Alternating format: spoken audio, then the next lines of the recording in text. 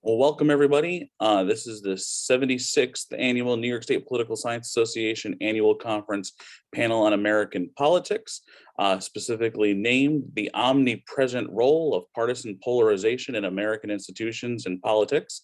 My name is Dr. Joshua Medaw. I am the conference co-chair this year, along with one of the panelists, Dr. Jim Twombly, and I'm the American Politics section chair. So as we have a number of papers and panelists today, we're going to hop right into the discussion of the papers. As we have about 4 to 5 presentations, we'll do about 15 minutes each. I'll keep time, so leave adequate time at the end to have my role to discuss and give some comments and have a nice open conversation and feedback about the papers. So with that being said, I feel like we can go right in order as listed. Josh, quick point. Yes. If we're running out of time, could you please just interrupt verbally? I know last year we tried to do it with the chat and it was hard to see sometimes. So if you just go ahead and interrupt, that would be great. That's my favorite thing to do in the world, is to interrupt. So I will. I know from experience. So we can start this off as Matthew has joined us. Thank you, Matthew, because you are first on deck listed on the conference proceedings. So we're going to turn it over to Matthew Burge. He'll introduce himself from SUNY Empire State College and his paper on public health policy. Matthew, please take it away.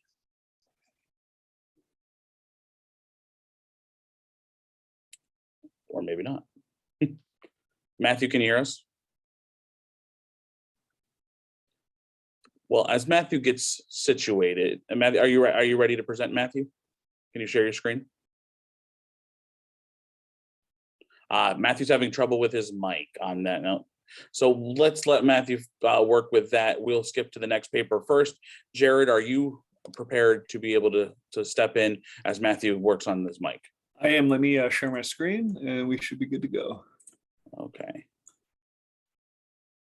Okay, sir, do you see my screen? I do. Thank you very much. Okay, great. So welcome everybody. Glad to be here. My name is Jared Stefani. I'm at the United States Military Academy, and my co-author isn't here today, but he's at Claremont Graduate School in California. Hello.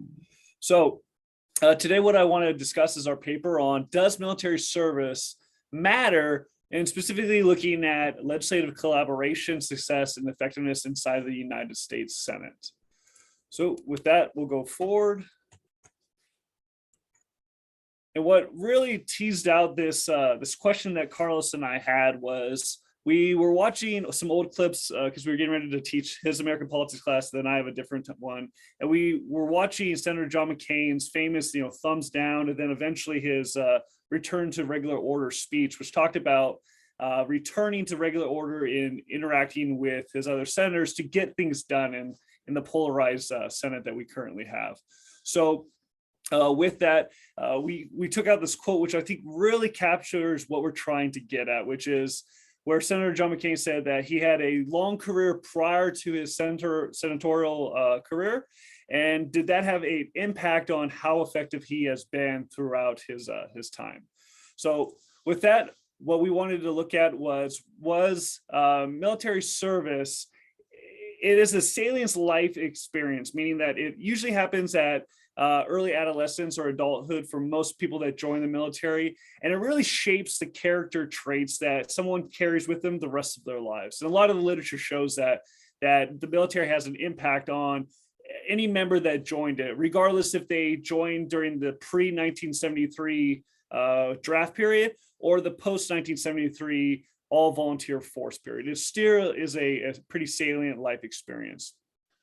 And while there's no unified theory of military leadership, the literature is pretty robust about military and leadership kind of are synonymous terms. We lionize many generals and service members throughout our country, as well as when you look at corporations wanting to hire veterans, it's usually because they have leadership skills, they're always on time, decisive action, these type of things that are considered positive traits. So the military also inculcates this team-centric approach that we thought could potentially have an impact on legislative effectiveness and collaboration. So when we look at translating that military service to how legislative behavior is going to be, we're going to argue that it's a team-centric collaboration, the mission-oriented decisive action, which in the military we call mission command, or you might call it a discipline initiative. Basically, it's being proactive than reactive, as well as this idea of a social identity of people that have been in the military service. There's like a sense of camaraderie, even if you've never served in the same unit with them, but they still served. And if you served and they served, you have a better ability to communicate, speak the same language, talk about, missions in the past or your own experience. And we're going to think that that's going to provide greater collaboration between fellow senators that have military experience. So I'll let you guys take a second to look at our theory-driven hypothesis. There's 5 on there that we're looking at. The ones that we're going to focus on today is the dyadic pairs of senators with shared military experience, so meaning both of them are veterans, compared to 2 non-veterans that are out there. And then we'll also go into legislative effectiveness. I'll give you a second to read.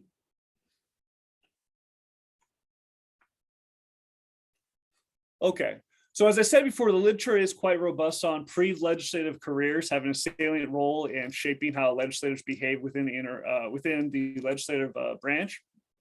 And specifically, prior political careers or prior demographic considerations are usually took a look at in the literature, like gender, sex, age, where they came from, socioeconomic status. But there wasn't enough examining military specific. So our first test was testing the relationship between the shared military service between 2 senators. And our unit of analysis is going to be a dyadic bill sponsorship. So who sponsored and co-sponsored with it. We're going to look at the outcome and independent variables of interest there, as you can see on the screen. And our primary argument is going to be if you have a shared military identity and shared military experience, you're more likely to jump on and be a co-sponsor and have larger co-sponsorship with another veteran. We then actually go into seeing like the size of the coalitions that are built between veterans and non-veterans. And our unit of analysis is just the legislative policy bill success in the policymaking process. And then the outcome variables, we put it into 5 specific domains, which we'll explore and I'll show you on the next slide. But basically, it's going to be security, domestic, social security, social security, economic, and social issues. And then going forward, when we actually did the test, what we found is quite interesting, which is between dyadic groups of senators that have both shared military experience, if they're both in the majority or the minority party, we didn't really find a finding. But what was really interesting was when you look at bipartisan dyads. So a senator, let's say he's a Democrat, and there's a senator that's a Republican, if they both shared that military experience, there's actually is a higher a higher number of bills that get passed through. So you can see on the screen at 5.327 per Congress, more bills that are co-sponsored between a dyad pair of veteran senators compared to the baseline, which is no military experience, which is quite interesting for us. Taking that further, we went to our 5 domains, which, as I said before, is veteran issues, defense, social issues, security, and economic bills. And we used the policy agendas project issue codes for coding these functions. And what was quite interesting is throughout each of these domains, we find that bipartisan dyad continues to show an increase in shared veteran and co-sponsorship, most specifically along economic bills. Now, I know what you're saying. You're probably saying, like, with increased collaboration, does that translate to more legislative process? So yes, you can have a whole bunch of senators join a bill and be a co-sponsor, but does that make it through the process? So we went further in our model and we found out this. So if this is our estimated marginal effects, and I'll do a little math for you. So a 0.011 is about a 4.6% increase in likelihood that it'll get out of committee. And if you continue this on down the line, we see that shared veteran dyad pairs are able to get legislation through the process a lot further than the baseline of non-veteran pairs. So we found that to be quite interesting. And we wanted to see, kind of take that further to more legislative effectiveness within the domains. And we also found that among veterans bills, defense bills, a little bit in security, just getting out of committee, but economic as well as kind of like the primary place where we see that relationship really come in fruition. Going further, we also wanted to test effectiveness in terms of effectiveness scores, as well as how productive they are. And if you remember from the premise, we thought that veterans have the sense of team collaboration, which kind of demonstrates that, yeah, they're more likely to work with other veterans. But we also are going to find that they're more likely to work with other non-veterans as well. So it's not just a, hey, you're a veteran, let's work together. It's a, hey, we're a team-centric approach. Let's gather as many people into the coalition to push this legislation along. As well as we found that they're just more, not efficient, they're more effective at pushing along their bills with non-veterans as well. So taking a look at this, what we see is about taking our 3 different models that we did, we found that veteranship on effectiveness and productivity, that the veterans are more effective than the baseline of being a non-veteran. So we found that to be pretty interesting. And we were like, well, maybe that just includes bills that are, resolutions or something that's not substantive. So we specifically coded for substantive or significant bills. And we also found this finding in 2 of our models that are on there. So our figures also provide evidence that veterans attract, both other veterans as well as co-sponsors that are not veterans. And we also find that among the legislative policy proposals, that they're more effective at getting their primary bills through the legislative process, about 1.38 bills per Congress. This indicates that we think that veteran senators are able to cultivate more support among other fellow senators, for which bills are the chief sponsor for it than non-veterans. It also, I think, illustrates that there is something to be said that military service provides senators with an ability to attract broader support. And what's interesting is we're trying to tease out if that's because there's relatively high trust among military members. It's one of the most trusted institutions in America, has been since about 1984, and still relatively high even after the Vietnam period. So is that the main reason why it's carrying through, or is there something else innate about those veterans besides just the trust factor that's there? So with that, pretty short and sweet about what we found, pretty interesting, but we want to make sure that we're not saying that you should elect more veterans into Congress because they become more effective in there. We're saying that veteranship provides a catalyst for more collaboration, effective Senate, despite polarization. However, as recent reports, especially the 2020 National Service Commission has reported, there's other avenues to get this team-centric, mission-oriented background experience before you become a senator. That includes programs like Teach for America, Peace Corps. Some of the conservative groups have certain like civics organization to grow their ability to have the civic understanding. So veteranship is not the only way to get this this effectiveness and collaboration rating, but we did find it was a pretty interesting result, was that veterans were just more effective and better at collaborating with other senators. So with that, I'll turn it back over to you, sir, pending any questions. Thank you. Really fascinating, interesting topic, and an interesting idea. I'm going to reserve my comments for the end, but again, just really kind of an interesting take on a concept we actually don't hear too much about. So always great to hear it. Thank you, Jared. All right, and on that, let's head back to Matthew. I think we got it all kind of worked out. Matthew, I want you to take it on over. Introduce yourself, and the floor is yours. Hi, I'm a graduate student at SUNY Empire State College, and I study social and public policy. And this is a lit review I wrote for policy implementation last semester that I'll be presenting on. There we go. When the pandemic began, the US could have gone in two directions, becoming either the next Italy or South Korea. Italy saw a fragmented federal response that led to hospitals overwhelmed with patients by March 9th, 2020. On the other end of the spectrum was South Korea, where the national government took strong action with aggressive testing and their successful effort to flatten the curve early on.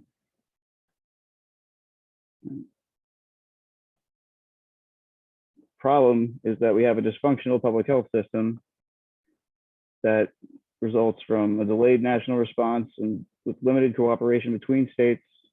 There's resistance to federal public health mandates, which increased as the pandemic was politicized throughout 2020 and 2021. And travel and public health guidelines varied state by state, making it more difficult to contact trace and to mitigate the spread of COVID-19. And then the most important thing was that reactionary policy reforms are limiting the ability of public health officials to do their jobs. And, sorry, there we go. And the issue lies in American federalism because it's decentralized and fragmented between state and local governments and the federal government. And we have anti-public health policies that prevent municipalities from self-governance, which may pose a greater risk to America's general welfare, as these policies effectively create further fragmentation in an already fragmented federalist system. To ensure the public health in the United States, this should fall under the federal government's responsibility. After all, the Constitution states that Congress shall provide for the common defense and general welfare of the United States. Unfortunately, the subject of public health has become politicized, and public officials stoke the flames of resistance for political gain. Nevertheless, the US took a decentralized approach, as then President Donald Trump consciously avoided carving out a clear role for the federal government, holding in a letter to Senator Chuck Schumer that the federal government is merely a backup for state governments. Similarly, in December 2021, President Joe Biden said in a meeting with the National Governors Association, "Look, there is no federal solution. This gets solved at the state level, and it ultimately gets down to where the rubber meets the road." And here I compare some of the responses made in New York State compared to the federal government. And you can see how the state response was mostly focused on efforts to mitigate the pandemic itself, while the federal response was mostly economic, to keep the economy afloat. And there was a New York Times article by Baker and Ivory where they said that there were funds that were provided by the federal government, but they were used in a reactionary manner, addressing immediate needs rather than hiring permanent staff or building long-term capability. Most public health departments that were surveyed by the New York Times worried about their funding levels, which had been decreasing or flat before the pandemic even began.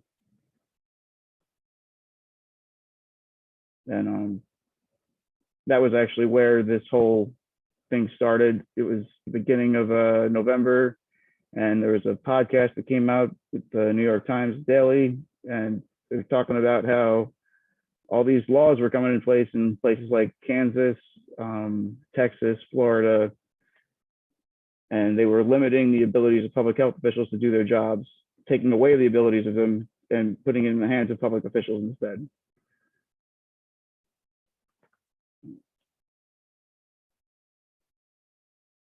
Yeah.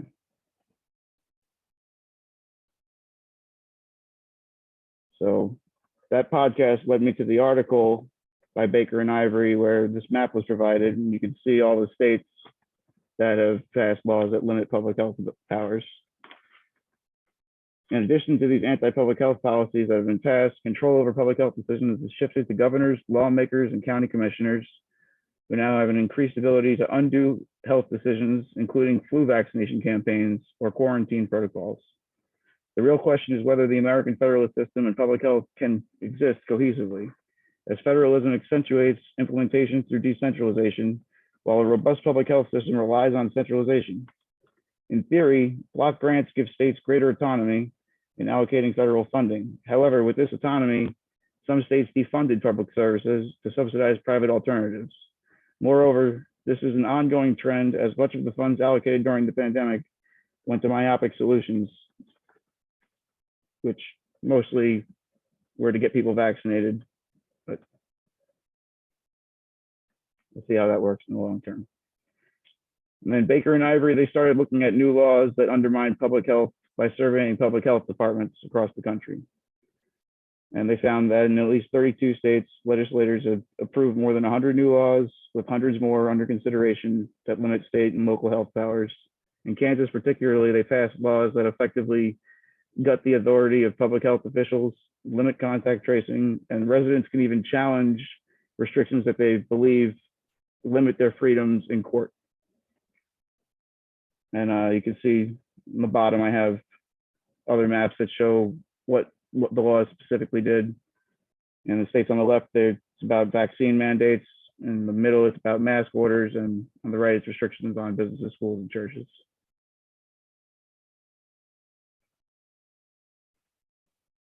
And as I was working on this project in November, that's when the Omicron variant hit.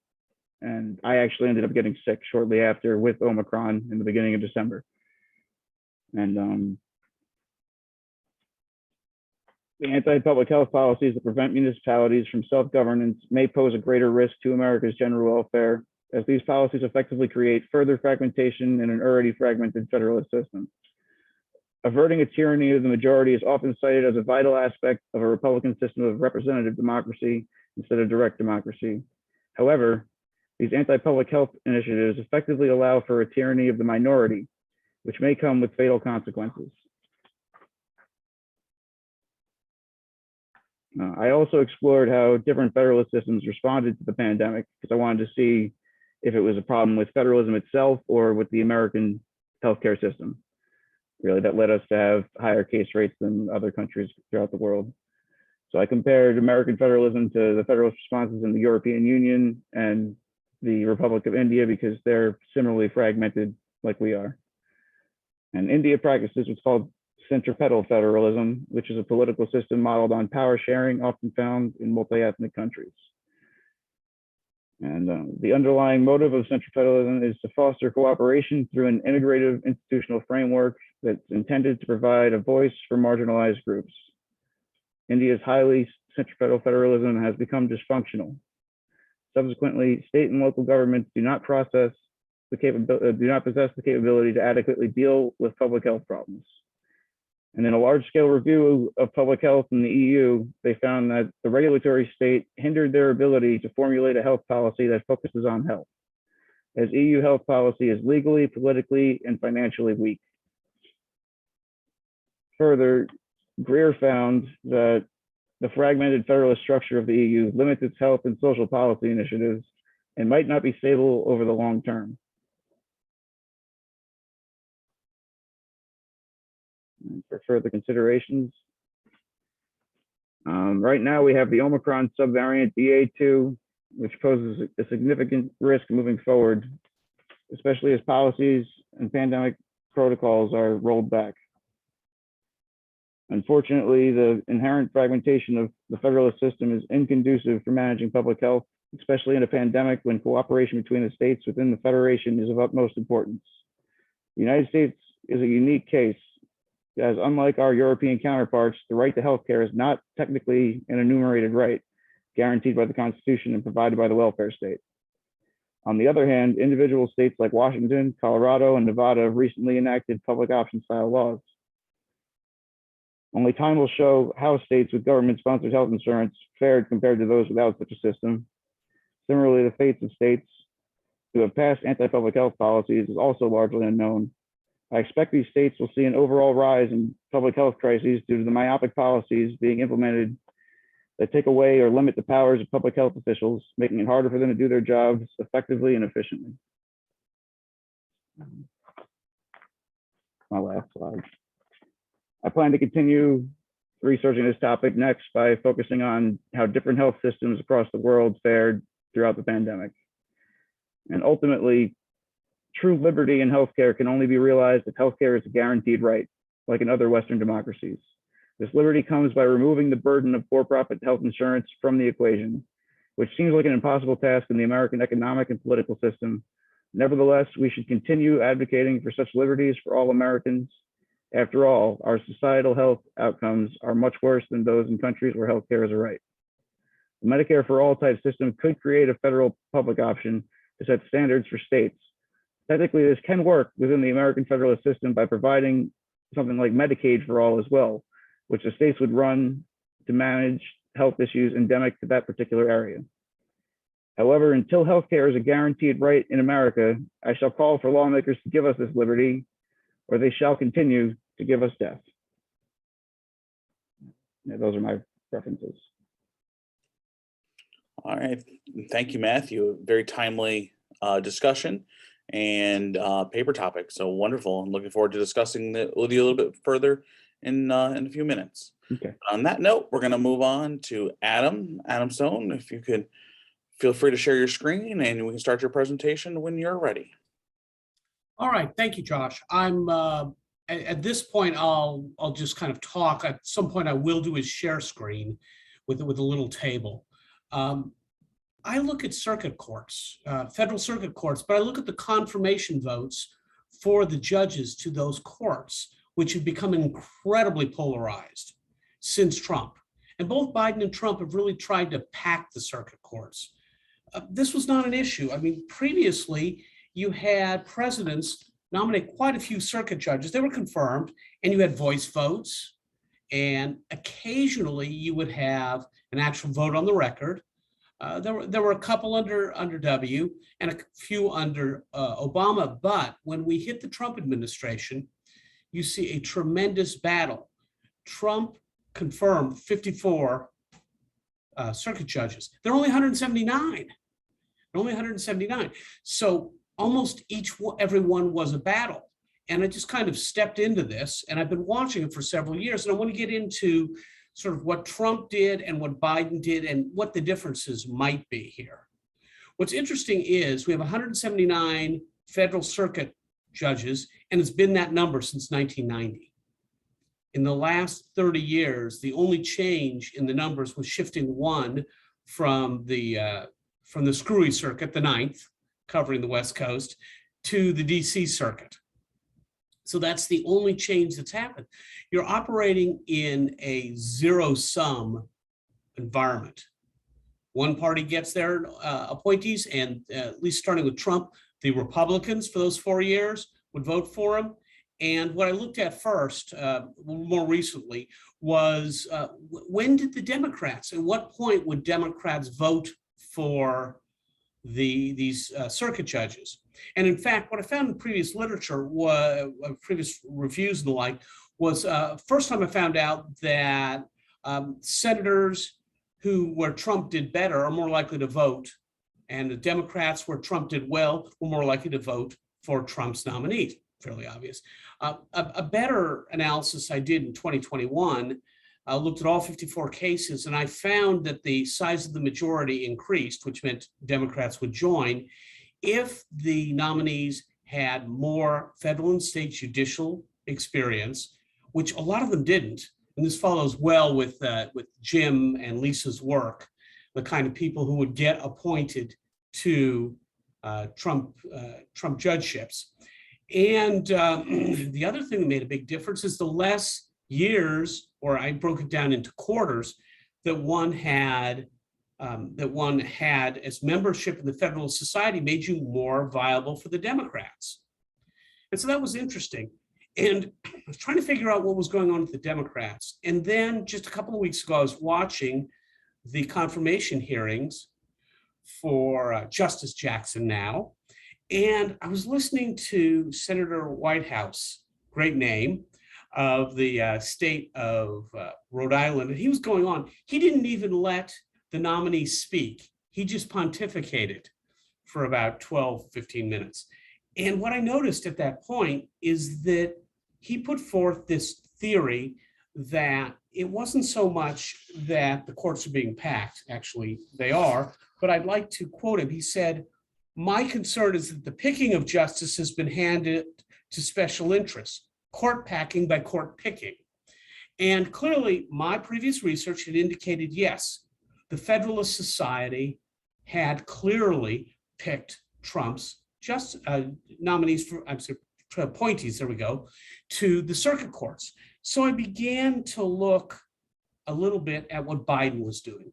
First, I turned to Jim, your work, your and Lisa's work, and you had offered a clear assessment and analysis of the chaotic Trump administration. Trump was trying to tear up the administrative state. And you looked at a lot of different evidence. In the federal courts, especially at the circuit level, you saw something very interesting.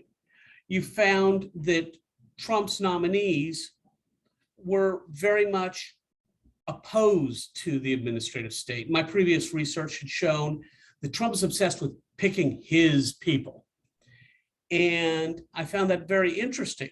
And so he packed the circuit courts. In fact, when you think about it, he appointed about 30% of the circuit judges. Now, during the Trump administration, a lot of Republican circuit judges stepped down, they retired, and were appointed by Trumpies. There's not enough evidence out there to show that Trumpies are different, but I would suspect they are. I'd need to tease that out. Now, so what happens when Biden gets into office? Well, Biden is not immune to this. He has actually managed to nominate, it looks like 20 folks, 15 have been confirmed. So I wanted to look at those confirmation votes. And of course, they're highly polarized. In fact, they're even more polarized than the Trump nominees were in the first 2 years of the Trump administration. There were some Democrats who went along, but there were, during the first 14 months, there were 15 nominees confirmed.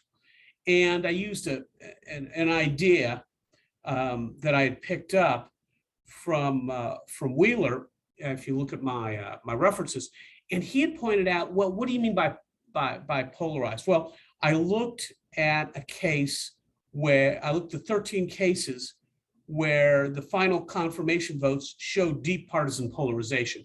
2 of them had 60% or more, and they were for the federal circuit. For those of you who don't spend a lot of time on circuit judges, the federal circuit deals with patent claims and those kind of things. It's not the most interesting law. It can be very lucrative, as a friend of mine who practices in front of the federal circuit has explained to me. So I looked at these 13 polarized partisan votes, and did they provide a clue as to what may be capturing the Democratic controlled process? A number of Republican senators, you know, especially Marsha Blackburn, she's like, it's captured by Democratic groups. Well, who are those groups? Well, I haven't gotten there yet. We don't have 15 cases, it doesn't tell me. There are some suspicions. First, you got to realize Biden's nominees are not just demographically diverse. That's obvious. They're also professionally diverse. There's been a big discussion of how many people who have federal or even state public defender experience who've now been elevated to the circuit court. Some of the Democrats were appointed right out. And progressives within the Democratic Party have regularly pressured Biden to create a federal judiciary that was much more representative. And they weren't just talking about demographic representation. They were talking about essentially more representative within the legal profession. And we're beginning to see that. So I want to look at politics, who gets what, when, and how, of course, to last well. And I noticed that there were 13 confirmations. Now let me do a share screen and see if, can you folks see this? See this, Josh, is that working? Not yet, no. Can you still see me? We can see you. But you cannot see my screen. Not yet. Not sure what I'm doing or not doing. I'm getting that. No, I'm not leaving the meeting. Anyway, well, there we go, down here. There you go. There we go. All right, so there have been 13 polarized confirmation votes. Now, there are only 3 Republicans, or 4 really, but 3 who regularly vote for Democratic nominees. It's the usual suspect. Susan Collins of Maine, very moderate. Lisa Murkowski of Alaska, very moderate. And then Lindsey Graham sometimes. Now, Lindsey says, well, presidents can pick their judges. But it's interesting when he says yes and when he says no. So there are 13 cases. 8 got 2 out of 3 of the Republican senators who usually defect. I use Meatloaf logic, if you know that song from the 70s. 2 out of 3 ain't bad. And 62% of Biden's controversial nominees received support from these Republican senators. Showing your age, Adam. Yeah, exactly. But as a rule, Jim will appreciate the music, but as a rule, that's kind of an interesting way of looking at it. And but we see 8 of them got 2 out of 3. For the 5 that didn't, what would be it? And I'm looking for a trigger. Is there some kind of judicial experience or affiliation that would trigger these 3 to abandon ship, and it becomes a strictly partisan vote? And actually, I didn't find anything yet. But what I did find, and this is interesting, of those 5 who were opposed, they're for the Ninth Circuit, which Trump reviled. And he spent a lot of effort doing anything, getting Mitch McConnell to get his people on the Ninth Circuit. The screwy circuit, there's still a lot of controversy there. In fact, Trump came within 2 appointments of flipping the majority. And what happens when Biden gets in is that a number of Ninth Circuit judges of a certain age and experience, they're showing their age, step down so Biden can appoint people. And the other is the Second Circuit, which of course includes New York State in the Second Circuit. So it seems here, as I point out, that we have an opposition that has to do more with circuit than anything else. I'm going to stop sharing this and move on to conclusions. But my suspicion here is that I'll be able to find out something, some affiliation. What I did in the previous project is I went through each of the 54 nominees' papers. They do a packet to the Senate Judiciary Committee, and I found amazing things, especially about the Federal Society. I'm going to look for the link for the Democrats. I'm sure in a few more votes, we'll see. Biden right now has about 15 more openings coming. And if he can nominate and outrun the clock, the Democrats here will be able to fill as many positions as Trump did in the first 2 years, which I strongly suggest that they do if they plan on doing this. But packing the circuits has become a big deal.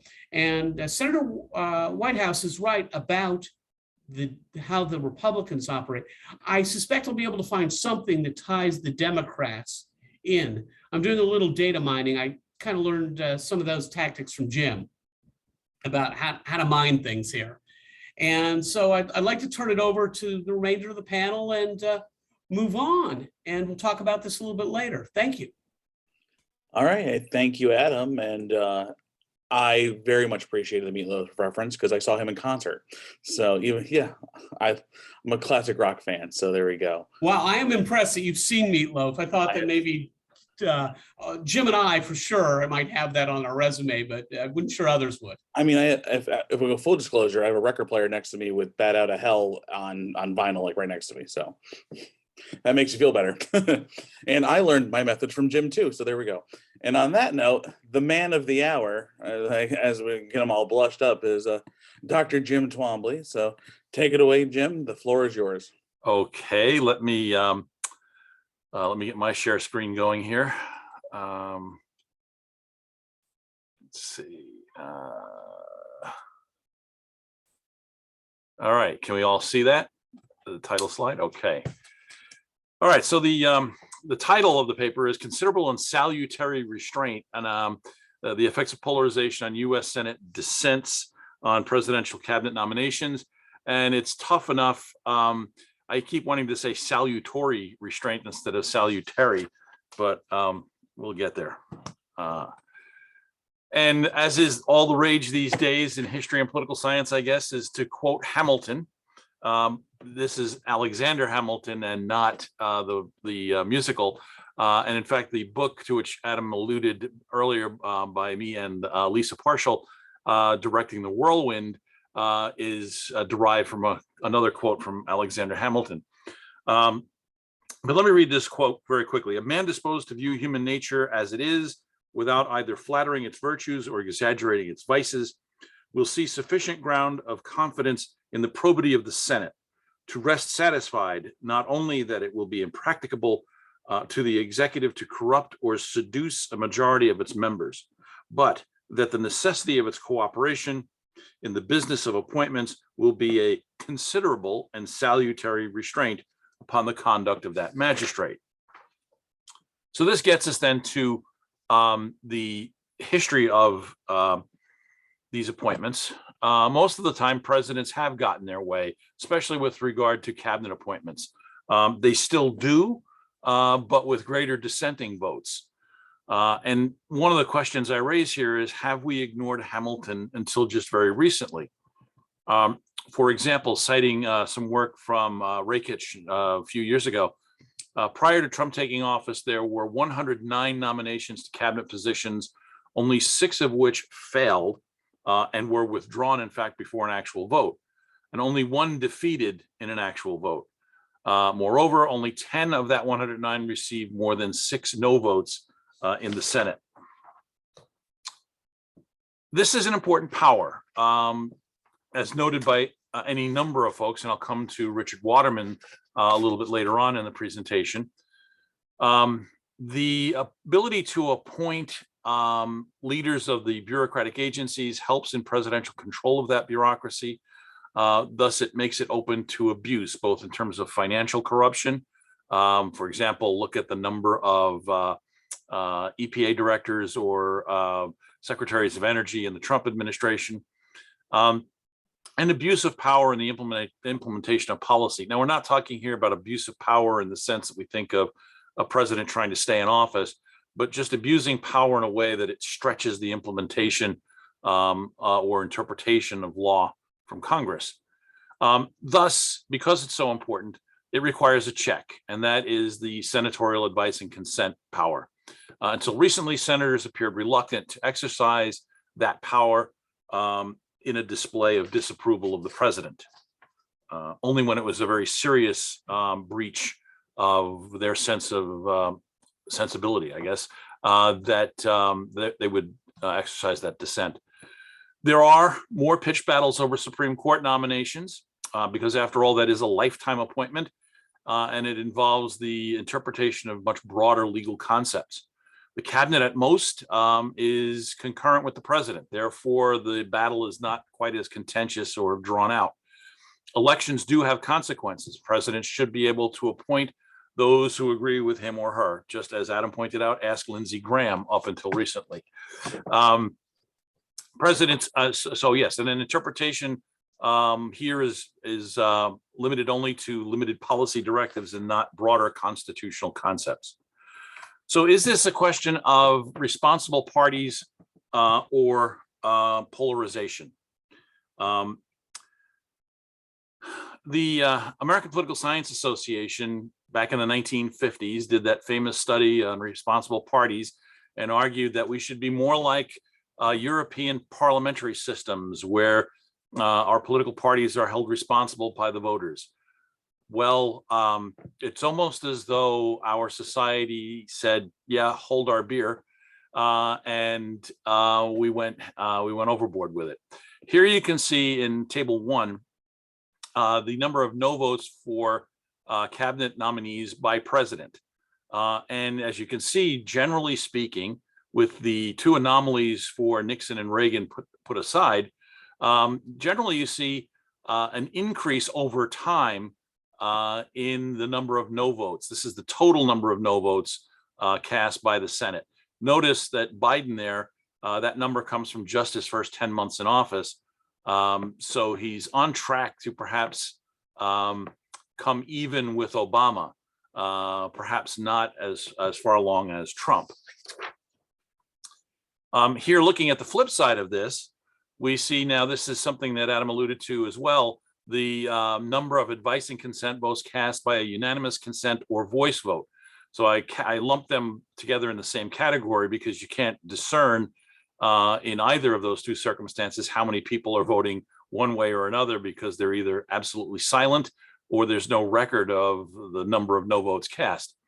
So you can see that this is the inverse of that last table, where the number declines dramatically after George W. Bush, indicating that, yeah, we're not going to let this go without the opportunity to spout off in some way.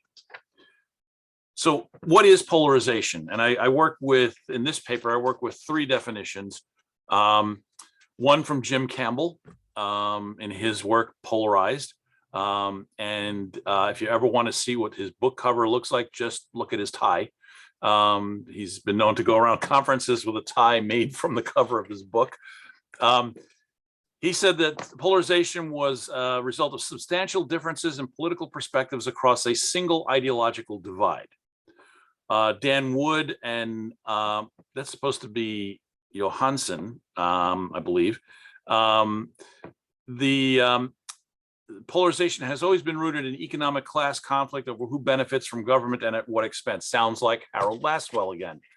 And then one of my mentors in graduate school, Alan Abramowitz, down there in Georgia with you guys at Emory, where I don't have a direct quote here, but he argues that it's more about the views individual partisans hold, not about the positions of their own party, but how they view the other party. Voters are driven not by being for a set of ideologically driven positions on issues, but by being against the opposition positions, those held by the other party. So it's not so much about what I am, it's what Josh is and how I disagree with Josh. And that happened quite a bit many years ago, but anyway, how do you measure it? You could get polling data. Abramowitz looks at this negative partisanship and looks at the approval of one party versus the other. We get close to that with the bottom one there, the party gap. That's from Jones at the Gallup poll. That's measured by those in a party expressing their approval for that party's president, minus the approval of the opposing party. So since I started at the bottom, I'll just go backwards up the list. The DW Nominate score from Poole and Rosenthal, which encompasses all of the votes taken in Congress.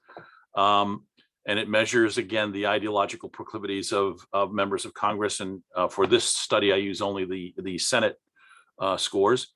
And then interest group scores, generally Americans for Democratic Action or the American Constitutional Union. I was involved in a project in the 90s that used primarily the ADA and ACU scores as measures. That was around the same time we were competing with the DW Nominate score. So we've got as with Abramowitz, we've got a polling measure at the bottom. We have a measure of recorded votes in the Senate, and then we have this selected votes of interest groups. It's a little tough to see this particular table, but I present it for you graphically there to its right. This is the measure that DW Nominate score. It's taking the difference between the parties. It's since the Republican positive measure is more conservative and the Democratic negative measure is more liberal, this difference measure is done Republican minus Democrat.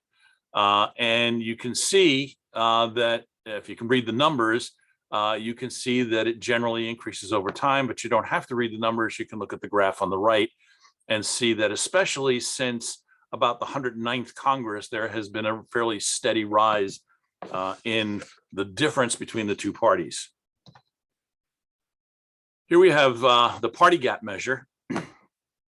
So we see, and this is done in descending order of the party gap. And currently, up to just about a month or so ago, Biden ranks highest in terms of the party gap. He's much more broadly approved by Democrats than by Republicans. And that even beats Trump in terms of the difference between Republican approval and Democratic approval. That leads me then to three basic hypotheses. First is that as the difference in the mean DW Nominate score increases, the number of dissenting votes will increase. The second hypothesis, as the party gap increases, the number of dissenting votes will increase. And third, as the margin held by the president's party increases, the number of dissenting votes will decrease. This is the margin for the president's party in the Senate. Now, with respect to methodology, obviously there's a low N here, made even lower in the case of the DW Nominate score because that's measured as a 2-year unit as opposed to a 1-year unit. So the low end makes most analyses difficult. So I'm using sort of a mix of methods to bolster the case. So I'm using the visual interpretation, the graph, interpretation of tables, basic correlations, and some preliminary regression analysis. What's in the chat? I don't. Okay. Yes. It is interesting that they had the same basic score. There are a number of items that need to be controlled for in addition to the main hypotheses of interest. Is this the president's first term? Because obviously a first term provides more vacancies than a second term would, because you would still have some holdovers, and those that you get might be more spread out over a longer period of time. Is this the second Congress under this president, or actually in this particular term? Because there again, in the second Congress, it's the last 2 years of any 4-year period a president is sitting in office. Again, fewer vacancies would take place. And then last, what is the overall strength of this president during this Congress? I would prefer that to be an annual score as opposed to a per Congress score, but because of the way the DW nominate measure is done, it makes that difficult. So here's the first model. And here I did not care about anything like multicollinearity or any of that stuff. I just figured, let's throw it all in one model and see what we get. We do find that, as one might expect, the second Congress is significant at the 0.05 level. And it would be, it's negative. Fewer vacancies, fewer appointments make for fewer dissenting votes. Average approval is as we might expect. The stronger a president is, the less likely it is that members of the Senate, regardless of party, will oppose that president. Here again, looking at the DW nominate score, separated out from any of the other measures of polarization. We still see the same effect for the second Congress. We add in now the first term, as you would expect. In the first term of a president, the number of opportunities for casting a no vote increase. For the party difference in the DW nominate, it is significant, and it is in the anticipated direction. The bigger the gap between the two parties, the more likely it is that a senator will cast a dissenting vote. So polarization helps to exacerbate that opportunity. And then the average approval again remains significant and negative.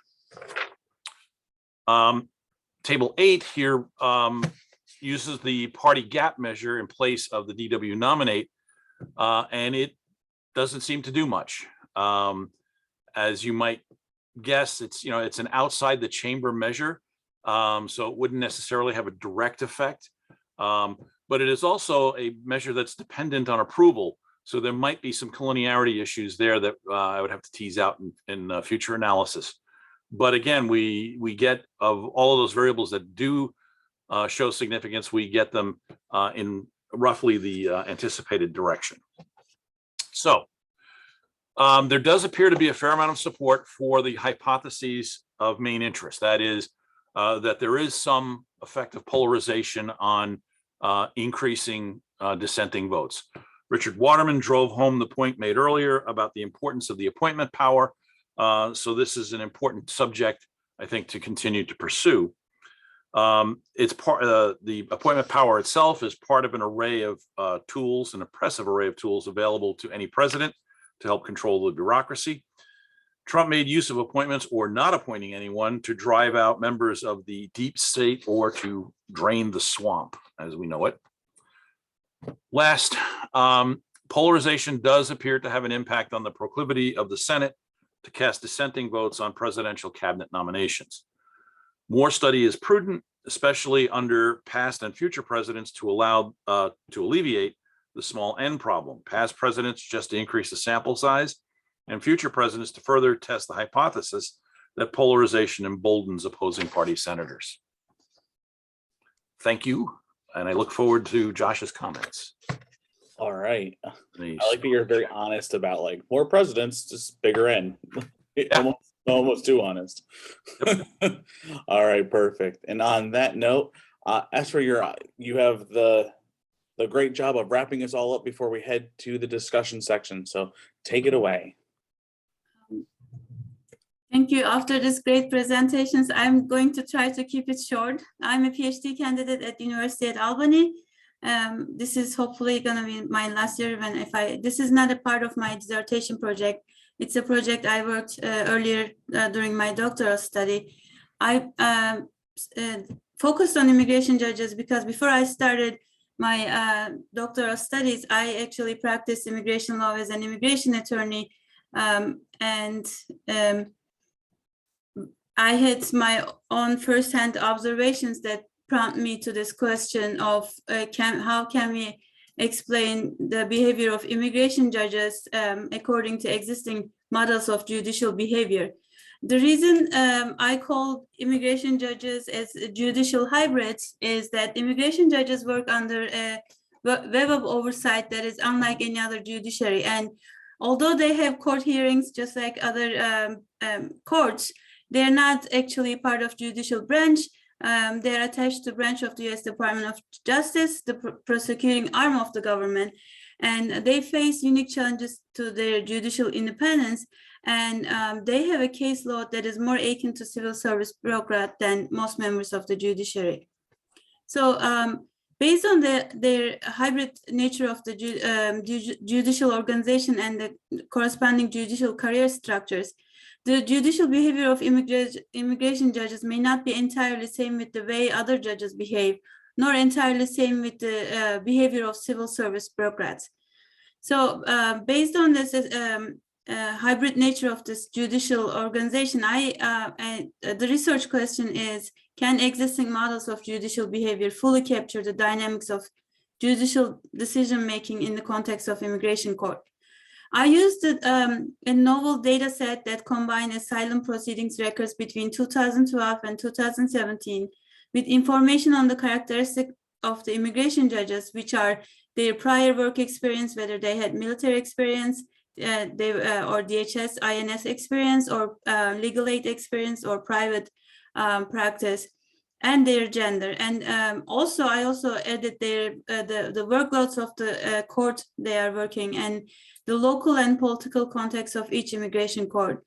And I used multi-level regression analysis and examined the rates at which 293 immigration judges denied asylum in 120,077 cases between fiscal years 2012 and 2017. And before I started the multi-level regression analysis, I had 4 different hypotheses. And first of them was the disparities between asylum grant rates are associated with immigration judges' personal characteristics, such as prior work experience and gender. When I was practicing immigration law, it was so unusual to me when I first started at the working. I noticed most of the immigration judges had prior career experience as former INS or Department of Homeland Security employees. And they were acting more like a prosecutor than a judge. And that's why I wanted to do this study and see if their prior career experience influences their judicial behavior. And so that first hypothesis is immigration judges whose prior career experience includes experience in enforcement roles will be less likely to treat asylum cases in similar fashion as immigration judges whose prior career experience include working in private practice or legal aid organizations. Second hypothesis is decision-making of immigration judges is at least partially driven by their policy predispositions, just like the attitudinal model of judicial behavior measured by the party of the appointing executive. Third hypothesis is that legal attitudes of immigration judges are shaped by those with whom they interact. This is something that's not normally explained by strategic model of judicial behavior because it focuses on institutional constraints, nor attitudinal behavior fully captures because they don't look at fully the local and political context of their place of work.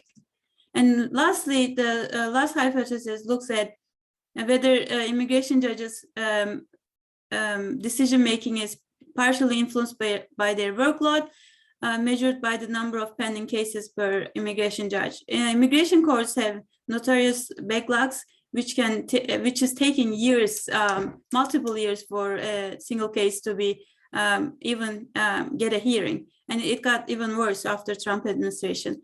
So it's plausible that heavy workloads result in too much rubber stamping and leaves little room for meaningful independent case review. But it's also plausible that as caseload increases, the influence of immigration judges' policy predispositions likely increases, especially because immigration judges have very broad discretion in asylum cases. So instead of, because they are pressed with time, rather than meaningful review of the case, they may be more inclined to be influenced by their existing policy predispositions. So my data confirms that previous studies that found exceptionally wide variations in asylum grade rates among immigration judges. And it was interesting that this data showed that significant effect on gender effect when it comes to judicial behavior. The data indicates that the gender of the judge has a substantially significant impact on the likelihood of asylum denial. Female immigration attorneys, female immigration judges are, they deny asylum at a rate at 16% less than that of male immigration judges. So an asylum applicant assigned to a female immigration judge had a higher chance of prevailing. I also looked at the prior career experience, and the gender effect could also be related to differences in male and female immigration judges' prior career experience, because more female immigration judges for legal aid organizations prior to joining the bench than male immigration judges. And only 13% of male immigration judges had experience working for legal aid organizations. So the majority of the immigration judges have prior career experience working for the Department of Homeland Security, or INS. This is both female and male immigration judges are predominantly former employees of DHS, which were enforcement roles. 86% of the male immigration judges and 70% of female immigration judges had such positions. Immigration judges who had no experience working for Department of Homeland Security had a less denial rate than those who worked for those agencies, had denied asylum applications at a rate of 62.9%. Immigration judges who served in the military, in fact, before joining the bench, had denied asylum applications at a higher rate than a much higher rate than immigration judges who have no prior experience of military service. So this indicates that immigration judges who had prior career experience in enforcement roles are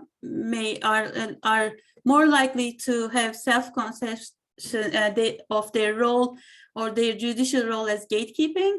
But after I controlled for gender effect and legal representation in immigration cases,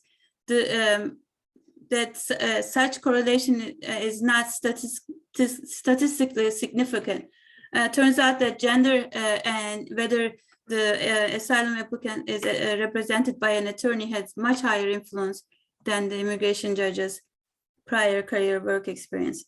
I also wanted to measure ideology scores for immigration, assign ideology scores for immigration judges to see if attitudinal model holds. I tried to find their financial contributions or newspaper editorials, but those informations were not available. So instead, I measured judicial ideology as a categorical variable using the party of the appointing executive as a proxy for immigration judges' ideological leanings and policy predispositions. So according to data, majority of the female immigration judges are appointed by Democrat attorney generals. And also, vast majority of the immigration judges with legal experience, there is no surprise here because female attorneys, female immigration judges had more legal experience. They're also appointed by a Democrat president's attorney general. So it turns out this correlates with the gender effect. So judges to further check, to further confirm the gender effect, not within the same court, but also between different immigration courts. I checked the states with the highest denial rates and states with the lowest denial rates and compared the two. And there are relatively more female judges in the states with lowest denial ratings, which are New York, Hawaii, Virginia, and Maryland. And there are relatively more male judges in the ones with the higher denial rates, Georgia, Nevada, North Carolina, Louisiana, and Texas. So gender effect of the immigration judge appears to account for variation not only between the immigration judges serving in the same court, but also between the immigration judges serving in different courts.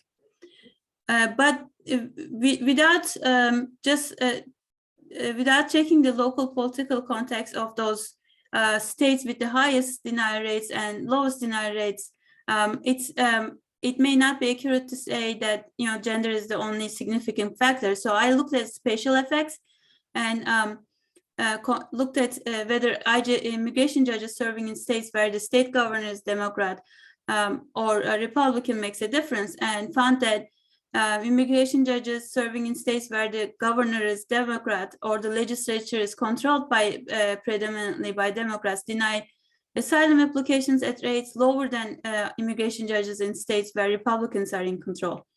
So this also indicates that decision-making of immigration judges at least partially influenced by the local and political context of their place of work. So in short, conclusions, the gender of the judge has a substantially significant impact on judicial decision-making, which confirms previous studies on other state courts that gender has a significant impact. But also the partisan composition of the state where the immigration judges lives and works appears to influence the denial rates between immigration judges serving in different courts. So because of this finding, I hope to build on the study by harnessing a network perspective and using network analysis to examine the origin and spread of the immigration judges' attitudes by their including information about the law schools they graduated, places they worked to, and build on the network analysis to see if also it influences judicial role conceptions, to see if we can have more insight on this. And for future studies, rather than a conventional conservative liberal distinction, future analysis should take a broader view of ideational variation among immigration judges. And in terms of ideational variation, I think, I believe it will be very fruitful to focus on judicial role conception, at the concept of judicial role conception by Hilbing's 2012 work. She did a study on not immigration. It wasn't about immigration judges. It was judges in a different context. But in context of the immigration judges, a judge's view of the role of immigration courts in American society and the broader conception of institution roles may be a reliable measure of immigration judges' attitude instead of just trying to fit models based on the existing studies. So I think the main question will be whether immigration judges' self-conceptions of their role involves any gatekeeping function, because especially it's interesting that the judges in prior enforcement roles have higher denial ratings. And this has broad implications since immigration policies in general shapes and in turn shaped by visions of national identity and at times of national security. So I believe it will be a fruitful way of looking at this. And I'll welcome your comments. I'm looking forward to hearing from you. Thank you. Excellent. Thank you. Really fascinating. I always love, as someone who studies the courts myself, it's nice to see a different version. Like I usually get to see the Supreme Court or dabble with the circuits, but seeing like immigration courts was really, it was fun to look into. So, all right. So on that note, I'm gonna hop in and start the discussion portion of the panel. So I'll just gonna go through the papers, kind of give my feedback, and panelists, feel free if you have comments or questions about the paper that's being discussed or anything you want to, just jump in. This is a good time to really kind of have that nice deep kind of dive thought. So Jared, we'll start with you in their paper on military service and veteranship and leadership, and that by kind of coming together as bipartisan role. As I said earlier, right, I'm always fascinated by the papers that you present at these panels in American politics. It's very interesting to see the kind of the military effect and role on your thinking and how we see the world. And I thought it was fascinating, right? We live in this time of, no one wants to cross the aisle, no one's really working with each other. And I thought it was kind of an interesting idea, like, well, what about a joint sense of like kind of brothership? Where does our like partisanship, where does it end, and where does our affiliations begin and lie? And it kind of sounds like Jared and your co-author are arguing military service transcends partisanship. We can see past like maybe how we look at the world differently, because at the end we all served in this greater entity, the service, you call it a largest bureaucracy, right? So it's very interesting that you can see the world from that way. And I really think you have a real interesting paper here on a reframe, because right now it's really kind of framed as how does like military veteranship and or being veterans, how does that affect policies and I don't know, the effectiveness of getting things out of committee, which is always kind of fascinating. And really what I'm seeing here, because as we live in this time, as all these papers have kind of shown how partisanship and polarization is really kind of at the forefront, the reframe here is all about like, in this lack of bipartisanship and where individual senators can hold up, right, anything we talk about. I mean, Mitch McConnell is a king at this, but on the Democratic side, like how many Democrats want to strangle like Sinema or Manchin right now? It's that kind of argument of like, where does someone's personal like gain as a senator, where does that stop? Where their greater affiliation is. So this is all about collaboration with a greater purpose from a greater sense of American institution.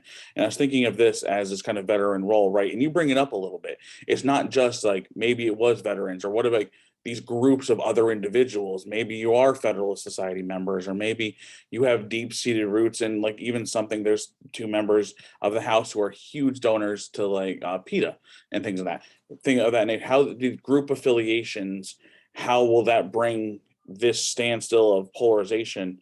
How could this kind of overcome that gap? Because the finding that you have of co-sponsored bills by individuals who have a shared background, in this case military, the likelihood that it comes out of committee is much higher than just a normal, like either coming out of committee by one individual or a collaboration of two people who don't have that same kind of link. I think that's what's fascinating, right? The methods are strong as usual. If anybody read Jared's paper, if you aren't a stats person, it's almost like taking like a stats class from somebody who knows how to teach it well, because it explains it incredibly well, step by step, of why we're doing these kind of things. So the methods are strong. I just think if you kind of reframe and then look at one other piece, is like a variable of longevity, right? That's the one thing that's kind of missing here. Is we know that, especially when we're talking about military, right? Both parties tend to like candidates who are veterans. Republicans are now more than Democrats, but that we're still saying we like them a lot, right? You can even go back to Eisenhower, right? Both parties want them. People tend to vote for these individuals, and then when you get into the Senate or the House, you have the incumbency advantage. And the longer you're there, the more likely you're going to have any kind of policy come out of committee. You're going to have a larger effect, and the longer you're there, you're a bigger role and a better chance for things to be done, right? So if you account for longevity of a member, that will also play a role. And I'm going to be honest with you, I really think what you'll find there is you'll see some of these old time members who have that shared service, right? Or in some of these organizations, but shared service specifically. I think the longer that they've served, plus this will even have a greater effect. So I think that's the next kind of stage. I think it's a fascinating paper. I love the idea of looking at other organizations besides military as like a discussion section of like, where else do these people cross over? And really, it's kind of all of these papers are getting at polarization's real, and it's it's really, regardless of what some scholars might say has been around forever, it seems super magnified right now. How do we move past it? How do we move past the inaction? And this could be one way. So that was my take on it, Jared. I think it's a fascinating paper as usual. So, all right. Thank you. You're welcome.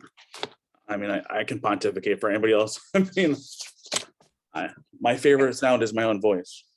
Jared, I was just thinking, depending on how far you go back, have you noticed big differences in the number of veterans in the chamber? Yeah, so I think it's close to the last page of the extra written work. We see that the highest point was in the 70s, and that's the result of the World War II and the Korean War surplus of the 11 million people were joined the service for World War II. Then by the time they're old enough, have enough financial backing and experience to be in the Senate, the 70s is the highest point. But if you look at today, there's 7.1% of the population has veteran service. It's going to continue to go down to about 3.4 in about 20 years as the World War II generation dies off. But we still have a greater overrepresentation of people that have service. So I think we're at 19% of the Senate has veteran service.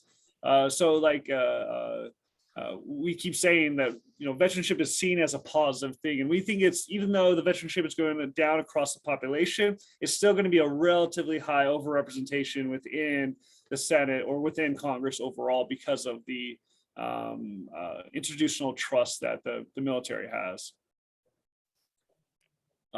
We did account for if you were a draftee versus all volunteer force. So I thought that we would see something quite different because the self-selection effect of the all volunteer force would skew it. But we found that it's still found between draftees as well as all volunteer force. And we think it's because of the force socialization and the your drill sergeant in your face telling you, hey, you will operate as a team, kind of forces you to operate in that going forward in your life. So for the longevity, sir,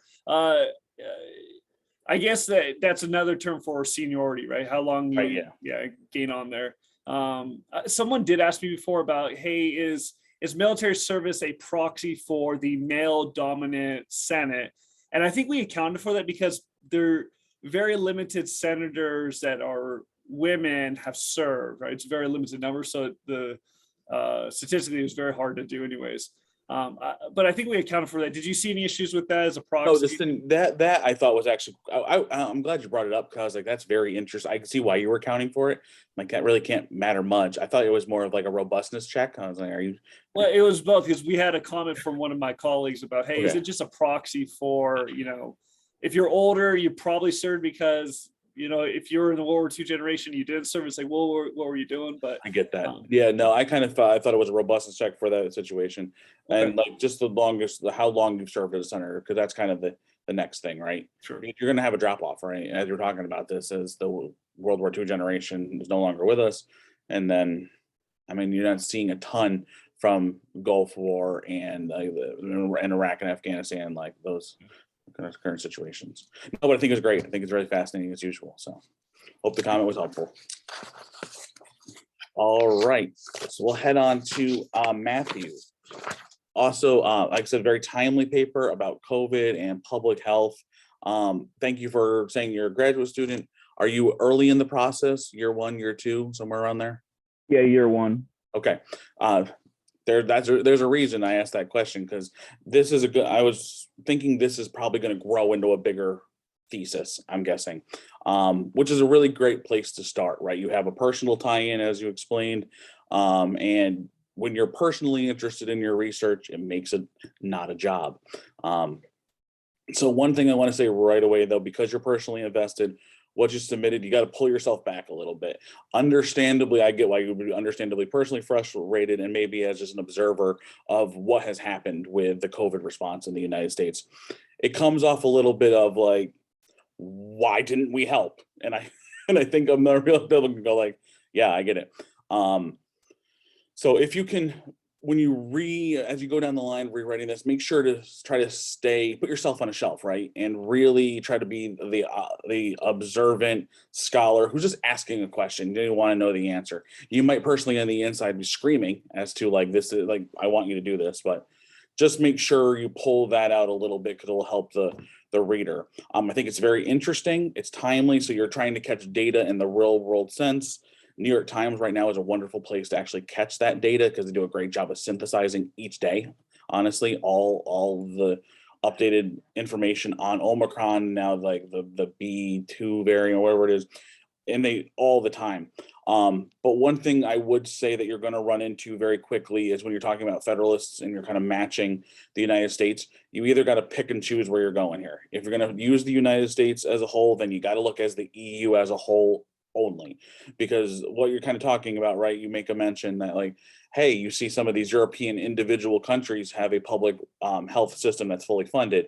The natural reaction is, well, you can't drive this up to the United States because these European countries have far fewer individuals than the United States. That's always the public health issue, right? And you're going to run into a statistical issue, right? And a multilinearity issue trying to measure it. So either it goes, you have to stay with the United States to the European Union and India as a whole, or break it down. If you want to do that, if you want to do individual countries, like you might want to do Colorado and try to match the population of Colorado to a European nation that has a public funded healthcare system.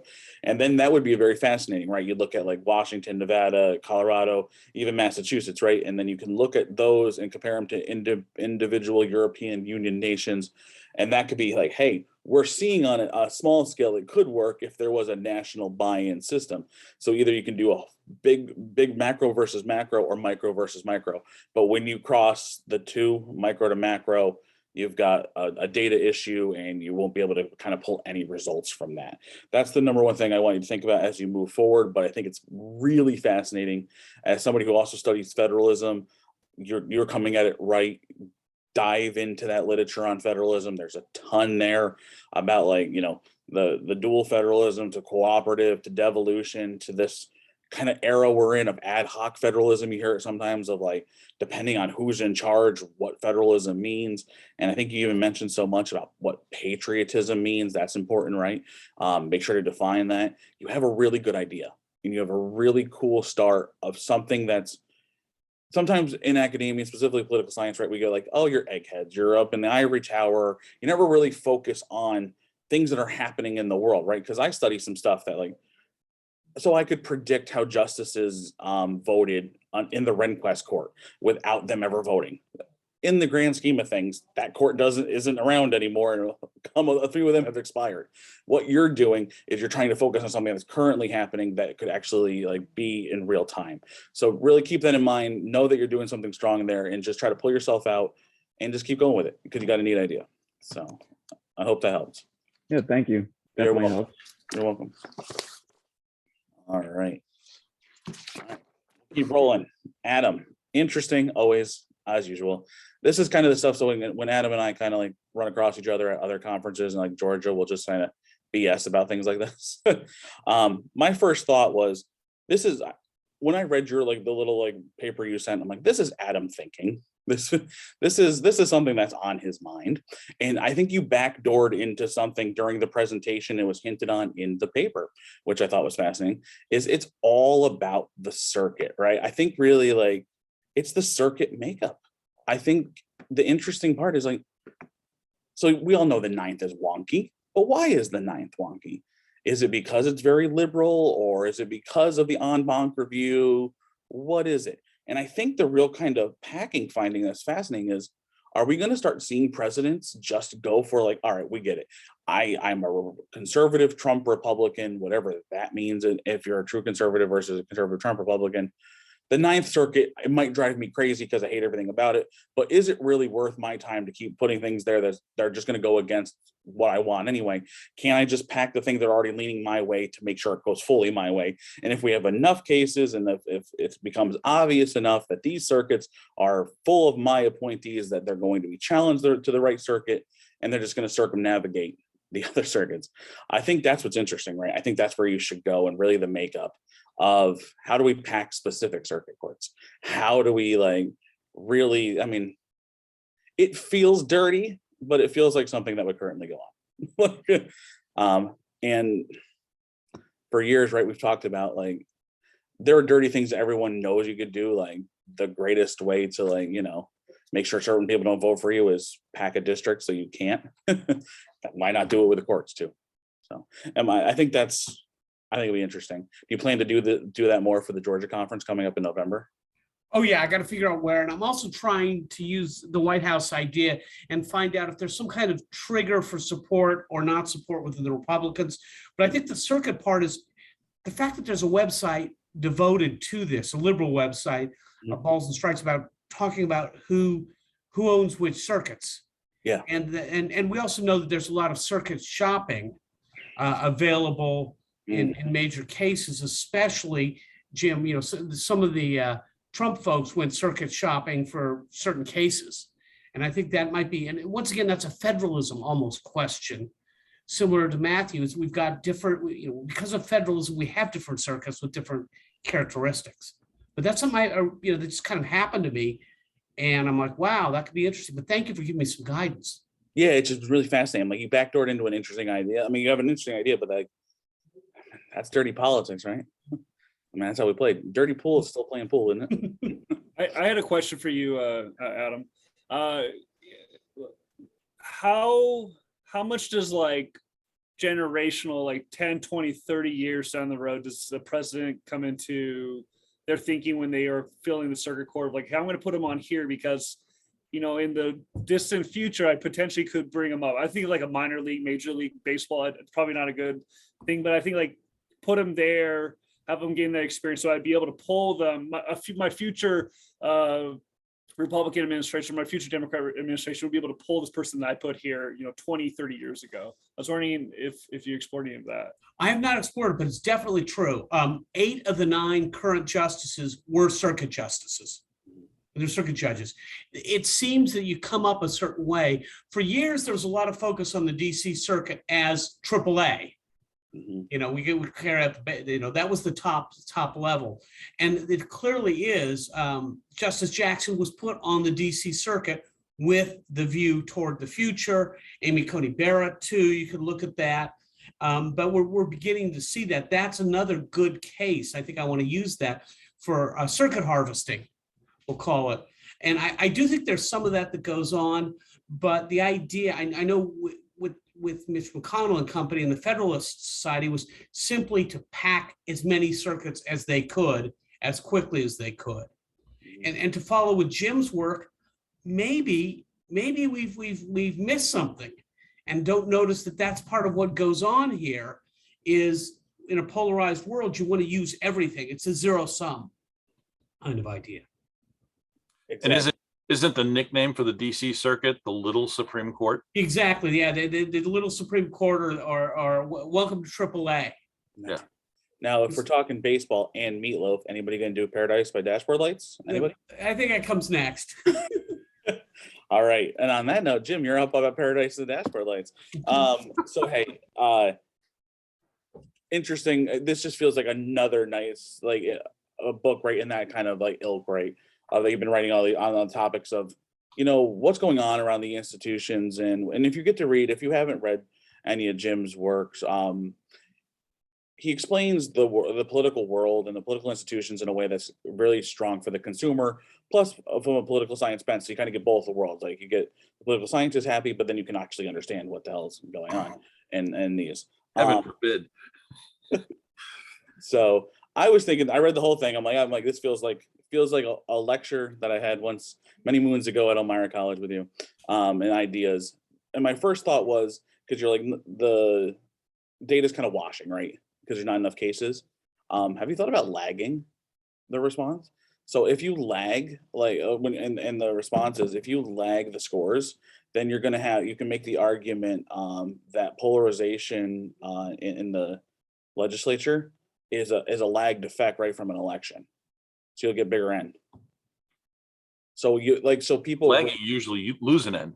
You lose an end, but in this case, wouldn't you gain it though?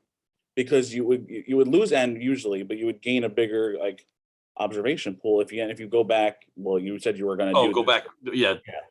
And if you lag it, then wouldn't it go ahead and show you can make the argument in real time and then delayed time, especially if you because the lag would be how the people's reaction to what's currently going on, and then the new the new breed in there, and that would show stronger polarization. Could probably do that if I go back to FDR, and I've got part of the data. I got part of the data going back to FDR. It's getting some of the other data back earlier than Carter. That's a little difficult.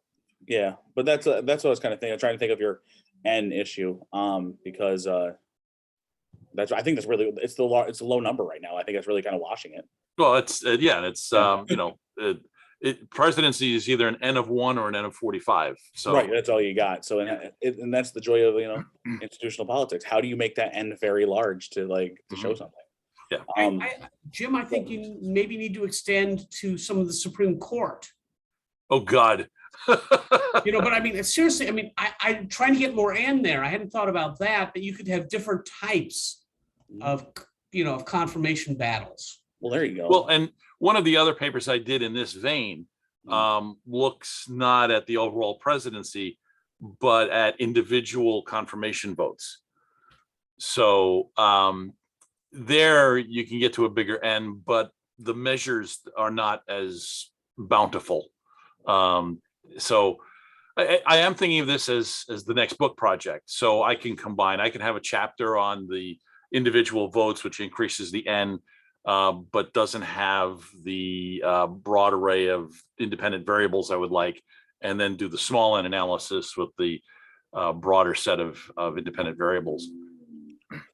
Can you find polarizing something in earlier times so that you don't have to just say, well, this is a recent phenomenon? Talk about how it grows, as opposed to, there are people who will argue, for example, Alan Abramowitz. Alan always says this is a fairly new thing, but I don't think it is. I just think it's taken on its own character. That's why I think that well, I think Alan has hit on the mechanism, a component of it that's new. The negative partisanship probably is newer, but the extent of polarization, I think it's Campbell even who says it's been around all the time, instead of Poole and Rosenthal. I know Campbell has, but it's how will we find a robust measure that goes back where we got data? The DW Nominate score they've got for every Congress. The disadvantage to it is when you're looking at presidencies, it's just for a Congress and not for every year. So you have to use it as a more of a contextual variable than anything else. Yeah, I mean, Campbell's right. And don't tell him, right? But he's right. Not tell him that you and I have said that he's correct. That's right. He's right, but it's Abramowitz always makes him a little more right, which burns him up. So, and that's kind of the idea here, right? So I think it's interesting. It's just, and this is your typical academic argument. How do you just make the observations bigger for something we already know is right with a small number? We need to prove it. We need to prove it. But no, I think it's great. I'm looking forward to see it as in the next book form, and feel free to send it my way for a review. Yours or Adam's. Hey, we're fine. We're both there. We have nothing else to do. All right. And last, but certainly not least, Esra, very fascinating paper, right? And really cool that you were an immigration lawyer, by the way. That's just kind of a neat little fact that you just threw in there. So I thought a lot about at first with what you said, I was like, all right, we need a theory here. And you talked about it more in your presentation, the attitudinal model. But actually what I think you should really be focusing on is just the strategic model of decision making. And it's pretty much at the Supreme Court level, but it's such a robust theory. I don't know if you're familiar with it, Epstein and Knight. So you can apply it everywhere, because you're talking about all the noise around judging and how it affects individuals. And you're looking at gender, right, with that. And I think there's an interesting link, right, with gender and immigration judges, because we tend to believe that women can be a little bit more liberal or soft or a little bit more understanding and things of that nature. But I think it's also in context with who nominated them, where they are located in the country, and specifically how long they've been on that bench. I think when you start accounting for all of that gender role, because you can kind of talk about there's something else probably going on there. I think that'll kind of account for a bigger picture of truly what's going on. You might even have a stronger effect with gender, right? On how they vote. but that strategic model will really kind of help you tease out the variables that you need to really attack and get at the situation of what is going on with these different immigration lawyers and immigration judges, I mean, specifically, sorry. So attitudinal model is great. I mean, I've done a lot on it, but go one step further with strategic model. And so Epstein and Knight, right, they talk about the justices. Dig deep, go a little further. Martin and Quinn, they have the scores. You don't need that, but they have a lot of writing on the noise around like judging and how it like it worked. And Melinda Gann Hall did state court justices, and she does some stuff with strategic model at the state court level. So you can use some of her arguments about how she related from a theory about the Supreme Court down to a different court. And really build up that front end. I know it's not going to be your thesis, and congratulations that you're getting close to the end here. But if you really want to do something with this, because it's personal and you invested some time and a lot of effort into it, if you kind of build up that theoretical section with the empirical stuff that you got, I think they have a really interesting kind of, at least definitely conference paper, but I think you can catch publication with this. And I'm guessing you're going to want that if you're getting on the market, besides like the chapters from your dissertation. You can be like, hey, I'm not a one-trick pony, here's something else that I also do. And it's a nice way to grow. So Thank you. you're welcome. Anybody else got anything on that one? I have one non-substantive question for Esra. Did you overlap at all with Cat Sly? Cat Sly? No. Yeah. No? Okay. Yeah, that's right. Just curious for another Elmira connection. Yeah. So for those who don't know, so I was an undergrad at Elmira College. Jim was my undergraduate mentor. So we've I'm not responsible for the errors in this production. As he has joked before, I have changed. I don't know if I've changed. The world's changed. Our ideologies have gotten closer over the years. I blame my wife too. She's made me soft. Esra, I think that it's also very interesting in your paper. You're looking essentially at like Article 1 type judges.